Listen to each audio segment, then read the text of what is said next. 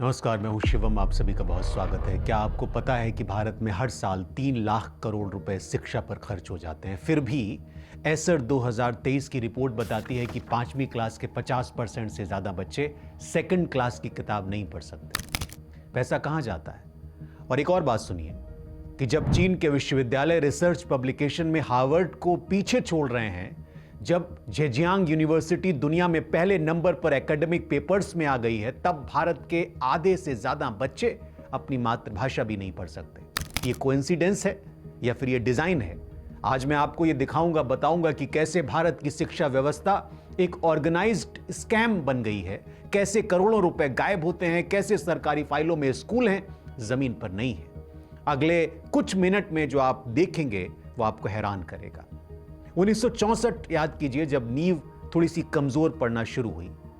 सवाल पूछिए खुद से कि हम कहां गलत हुए उस वक्त। 1964 में कोठारी कमीशन ने साफ कहा था, स्पष्ट, कि जीडीपी का 6% एजुकेशन पर खर्च करो। 60 साल से ज्यादा हो गए और हम सिर्फ 4.5 पर पहुंच पाए हैं, बमुश्किल। लेकिन असली सवाल यह नहीं है कि क्या हो रहा है, क्यों पहुंच पाए। असली सवाल यह है कि जो भी पैसा आता है वो जाता कहां है। 2001 में एक ग्रैंड डिसेप्शन शुरू हुआ। एक कहानी ध्यान से सुनिए आप। सर्व शिक्षा अभियान के बारे में आपने सुना है? सर्व शिक्षा अभियान 2001 में शुरू हुआ। टारगेट क्या था? 2010 तक हर बच्चे को स्कूल भेजेंगे। बजट लाखों करोड़। रियलिटी, कैग की 2012 की एक रिपोर्ट आई जिसमें यह खुलासा हुआ कि 33% स्कूल भवन अधूरे पड़े थे। 8,000 करोड़ रुपए मिड डे मील का जो था वो गायब हो गया था, और घोस्ट टीचर जो सिर्फ कागज पर मौजूद थे, क्लासरूम में मौजूद नहीं थे। 2012 की कैग रिपोर्ट ये तब शुरू हुआ था। उसके बाद ये एक पैटर्न इमर्ज हुआ। 2015 में राइट टू एजुकेशन एक्ट के तहत 1.2 यानी 1,20,000 स्कूल कागजों पर बने हुए थे। डीआईएससी डेटा 2016 की हकीकत है, मैं बता दूं आपको। 40% स्कूलों में बिजली नहीं, 30% स्कूलों में शौचालय नहीं, पर बजट पूरा खर्च दिखाया गया। 2018 आया, वर्ल्ड बैंक ने थप्पड़ मार।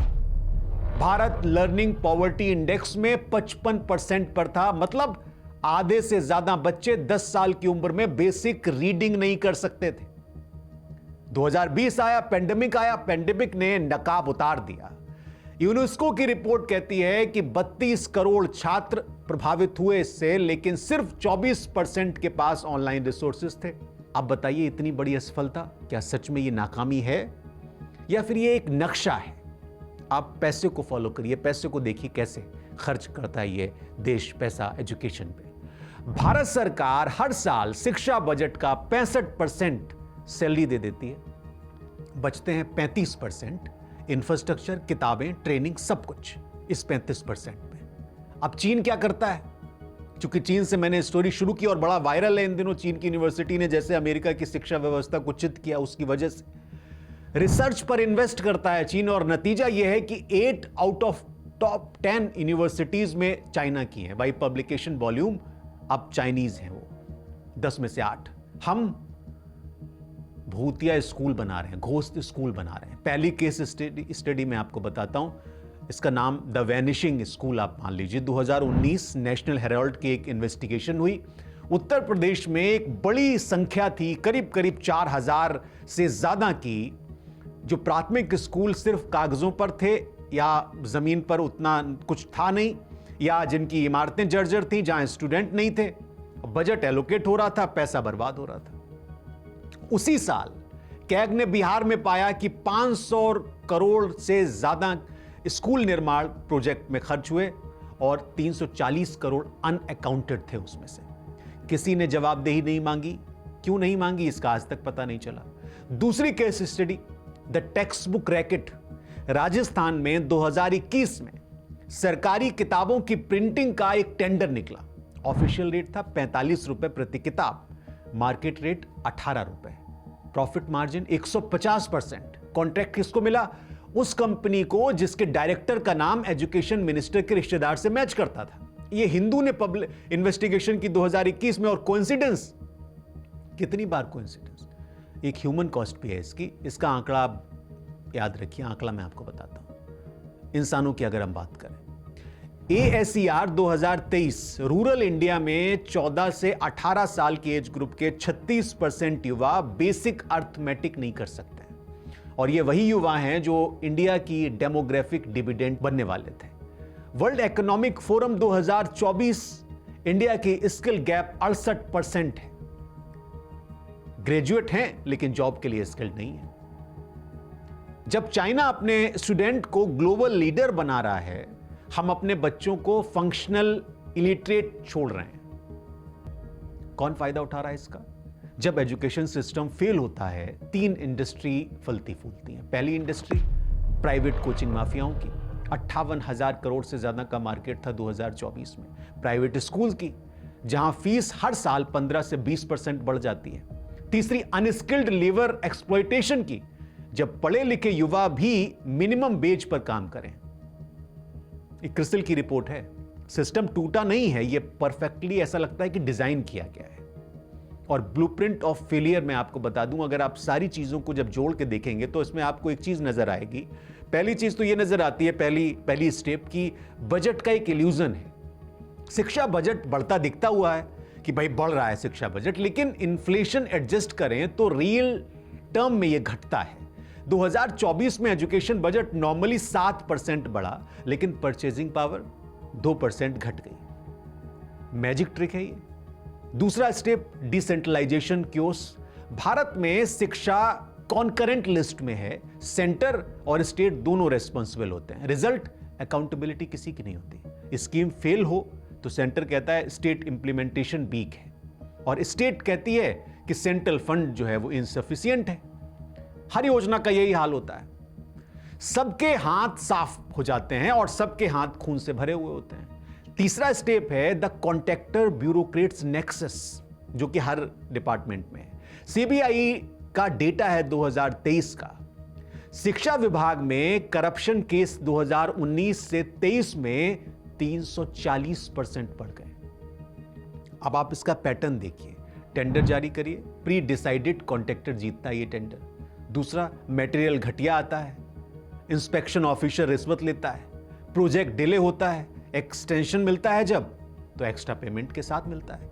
फाइनल बिडिंग अनयूजुअल रहती है, फिर से टेंडर होता है। ये एंडलेस साइकिल है। हर विभाग की यही साइकिल है। मैं तमाम विभागों की रिपोर्ट कर रहा हूं, हर विभाग में यही चल रहा है। अब अगर आप एविडेंस चेन देखें तो 2022 में, याद कीजिए, राज्यसभा कमेटी ने खुद एडमिट किया मिड डे मील स्कीम में पर चाइल्ड एलोकेशन 4.97 है रुपया, जबकि एक्चुअल कॉस्ट 12 से 15 रुपया। डिफरेंस कौन भरता है? लोकल स्कूल अपने रिसोर्सेज से ही डिफरेंस भर रहे हैं। बच्चों के पेट से खेल रहे हैं लोग। 2023 का सबसे बड़ा खुलासा इंडिया टुडे के एक इन्वेस्टिगेशन में हुआ। दिल्ली के करीब 1200 सरकारी स्कूलों में से 400 में बेसिक इंफ्रास्ट्रक्चर उस समय नहीं था, लेकिन MLA local area development fund से हर साल करोड़ों रुपए एलोकेट कराते हैं, और स्कूल डेवलपमेंट के नाम पर यह पैसा पता नहीं कहां जाता है। पैसा आता है, खर्च दिखता है, डेवलपमेंट नहीं होता। यह एक मिस्ट्री है इस देश की। और असली साजिश अगर आप देखने चलेंगे तो यह सब कुछ साफ करता है कि यह कोइंसिडेंस तो बिल्कुल भी नहीं लगता, डेलिबरेट रणनीति लगती है। पुअर एजुकेशन, अनस्किल्ड वर्कफोर्स और चीप लेबर बनाए रखिए आप। Systemic failure, private sector dependency बढ़ेगी, और एलीट एजुकेशन सिर्फ अमीरों के लिए होगी, गरीब बच्चा पढ़ ही नहीं पाएगा। ब्यूरोक्रेटिक ओपेसिटी, उसके बाद करप्शन सेंचुरी बनेगा, और money laundering through education schemes. जो लोग सोचते हैं ये सिर्फ मिसमैनेजमेंट है, वो बहुत गलत सोचते हैं। ये इकोनॉमिक मॉडल है। गरीब अनपढ़ वर्कफोर्स एक प्रोडक्ट है जिसकी डिमांड है। जब चाइना अपनी यूनिवर्सिटीज को हार्वर्ड से आगे ले जा रहा है रिसर्च में, हम अपने बच्चों को जानबूझकर पीछे रख रहे हैं, क्योंकि एजुकेटेड सिटीजन सवाल पूछते हैं, अनएजुकेटेड वर्कफोर्स सवाल नहीं पूछती। तो एक वेकअप कॉल है। हमें सीखना चाहिए कि अनपढ़ कोई इंडिविजुअल फेलियर नहीं है, यह सिस्टमिक क्राइम है। 3 लाख करोड़ का बजट है, पर 50% बच्चे फंक्शनल इलिटरेट हैं। Ghost school, ghost teacher, ghost infrastructure और रियल करप्शन। अगले कुछ सालों में अगर यह सिस्टम नहीं बदला तो 2030 तक आप जानते हैं क्या होगा? इंडिया की डेमोग्राफिक डिविडेंड डेमोग्राफिक डिजास्टर बन जाएगी। 2-3 स्टोरी मैंने इस पे की है। 60 करोड़ युवा होंगे पर स्किल्ड वर्कफोर्स सिर्फ 20 करोड़ होगी, मुश्किल से। प्राइवेट एजुकेशन की मोनोपोली होगी, कंप्लीट मोनोपोली। गरीब की पहुंच से ये मोनोपोली बाहर हो जाएगी, मतलब पढ़ा ही नहीं पाएगा। चाइना अपने छात्रों को ग्लोबल स्टेज पे भेज रहा है, हम अपने स्टूडेंट को कोचिंग सेंटर्स में भेज रहे हैं। आखिरी सवाल, ये सिर्फ एजुकेशन की बात नहीं है, ये इंडिया के फ्यूचर की बात है। जब एक देश अपने बच्चों को एजुकेट नहीं कर सकता तो वो सुपर पावर नहीं बन सकता। जब सिस्टम में लूट है, रिफॉर्म में नहीं, तो चेंज कहां से आएगा? आप क्या कर सकते हैं? आप कम से कम पूछिए, आरटीआई के जरिए अपने एरिया के स्कूल की बजट की जानकारी लीजिए। लिया आपने?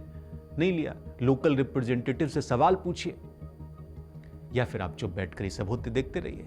क्योंकि याद रखिए, अगर ये होता रहा तो आप खुद से ही नजर नहीं मिला पाएंगे। जिस दिन हर भारतीय इस स्कैम को समझेगा, उस दिन से बदलाव शुरू होगा। सवाल बस इतना है कि आप तैयार हैं या नहीं तैयार हैं। क्योंकि ये 3 लाख करोड़ की लूट का सच है कि किस तरह से इस देश को सिस्टमिक तरीके से अनपढ़ रखा जा रहा है। मुझे इजाजत दीजिए, कल फिर किसी स्टोरी के साथ आपसे मुलाकात करेंगे। और चाइना में एजुकेशन मॉडल एक डिटेल्ड उस पर रिसर्च की जा सकती है, स्टोरी की जा सकती है। अगर आप देखेंगे तो मैं जरूर करूँगा। बहुत शुक्रिया।